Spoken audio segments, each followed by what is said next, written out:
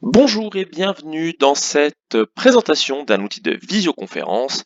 Ici, nous allons vous présenter Jitsi avec ses fonctionnalités de base pour pouvoir communiquer lors d'une réunion en visio avec les autres participants. Très simplement, on vous a envoyé un lien sur lequel vous venez de cliquer et vous voilà avec ce lien ici dans votre barre de recherche classique dans cette nouvelle fenêtre et vous arrivez sur cette page. Cette page, ce n'est pas un message d'erreur, bien au contraire, c'est un message d'autorisation. La conférence a besoin d'utiliser votre microphone et votre caméra. Sélectionnez Autoriser lorsque votre navigateur demande votre autorisation. Effectivement, c'est un outil de visioconférence, il faut pouvoir communiquer avec les autres, il faut donc pouvoir accéder à votre microphone et à votre caméra pour pouvoir le faire.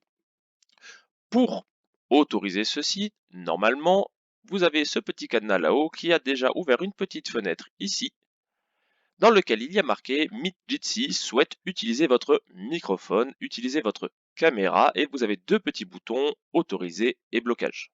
Bien sûr, nous allons appuyer sur autoriser, et nous voilà sur la première page. Vous arrivez ici, on vous dit le nom de la réunion là, normalement il n'y a pas de souci, et vous devez saisir votre nom.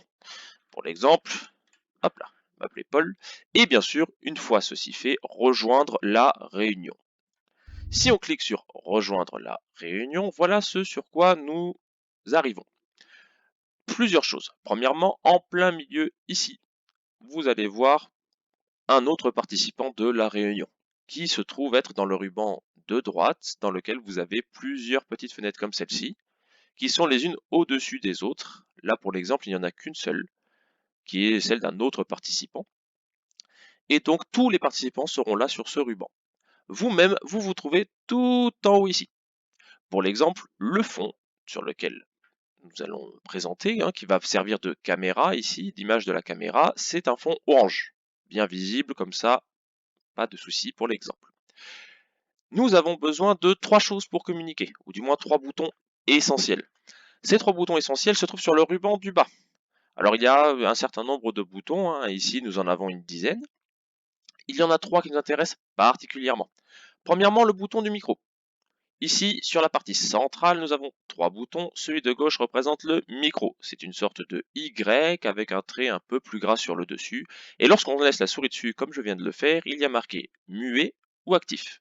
Alors pour voir la différence, de base, avec votre autorisation, il est actif. Si vous cliquez une fois dessus, vous voyez qu'il est barré. Cette icône barrée montre que le microphone n'est plus actif. Donc l'on ne vous entend plus. Donc pour communiquer, bien sûr, le mieux est de l'allumer.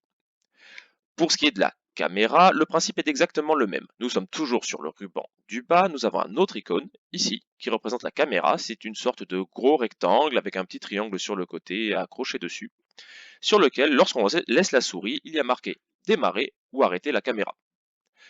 Dans mon cas, la caméra est représentée par ce gros rectangle orange où on voit notre tête tout en haut à droite.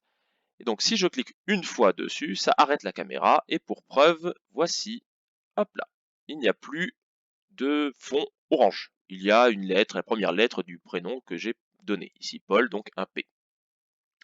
Voilà donc les deux boutons, on va dire, principaux pour pouvoir communiquer directement.